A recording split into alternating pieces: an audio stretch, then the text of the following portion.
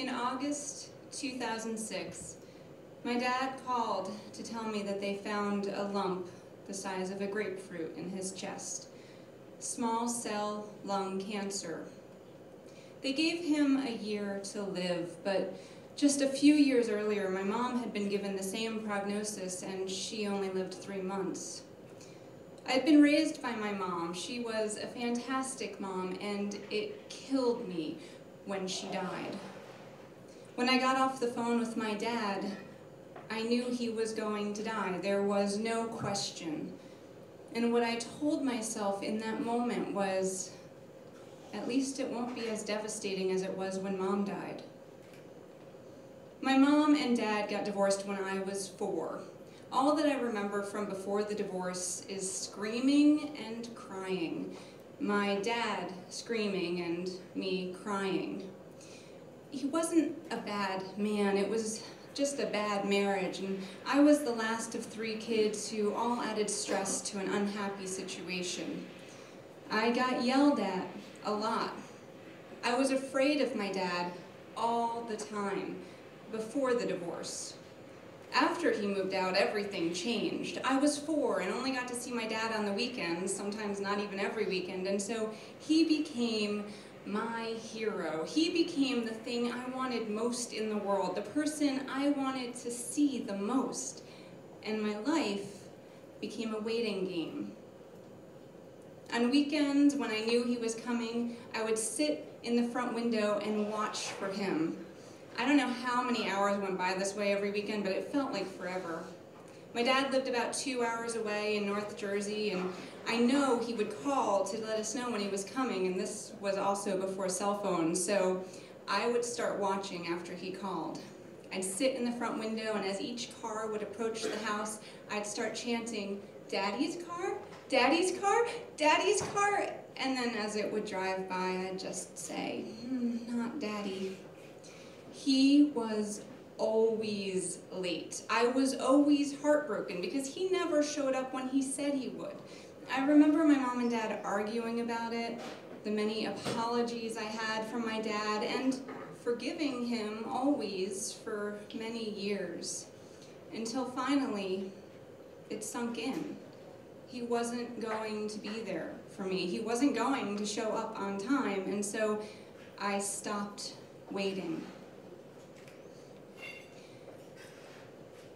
I loved my dad, and he deserved another chance. So as a teenager, it was up to me if I wanted to spend my weekends with my father.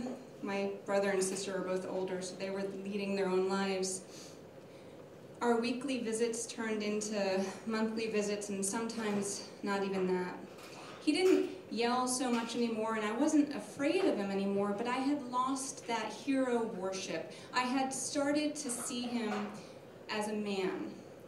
He was bad-tempered, he drank too much, he'd made a lot of mistakes in his life and sometimes acted as if his kids were some of them.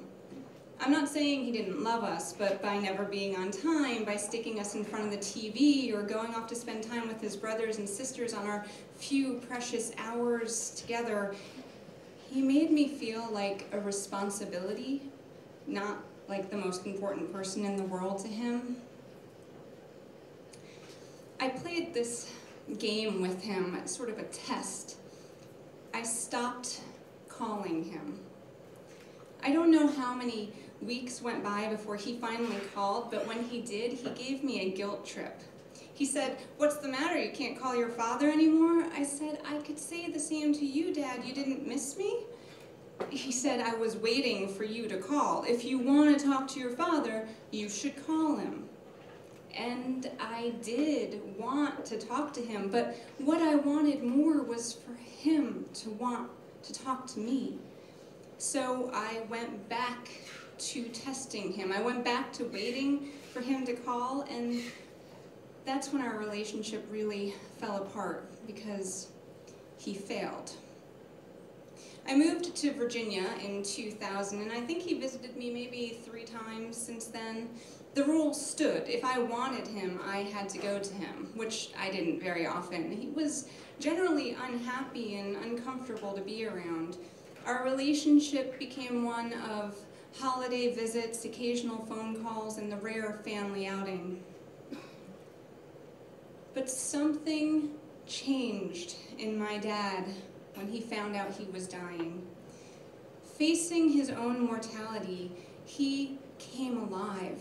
He fought hard to live. He blew all the records out of the water. He survived a year, and then another, and then 2 more. He became the poster boy for chemo, and he went to treatment and therapy in the pharmacy like it was his job, and he had always been good at his job.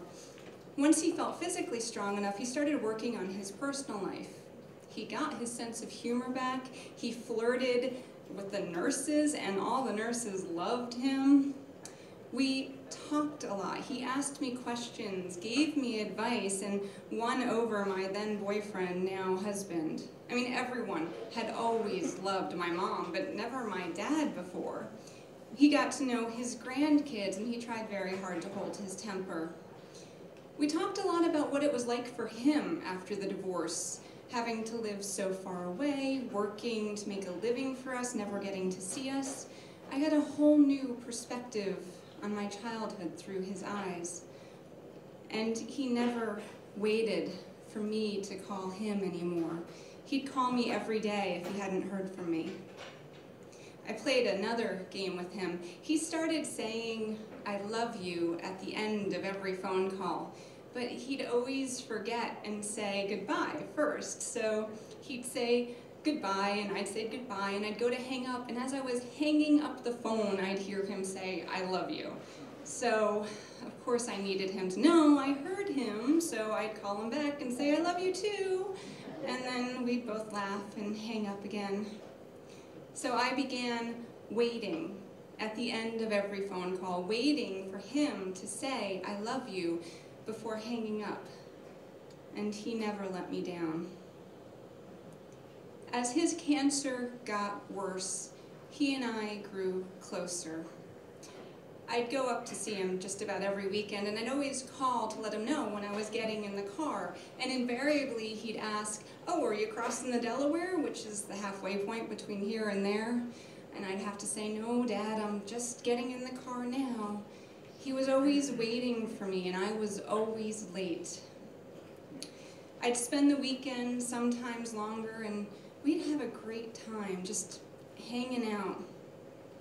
Leaving was the hard part. He always seemed to forget that I was leaving when I said I was leaving. So if it was Sunday, he'd say, "I thought you were staying until Monday." If it was lunchtime, he'd say, "Oh, I'm making a sauce for dinner, you gotta stay for that."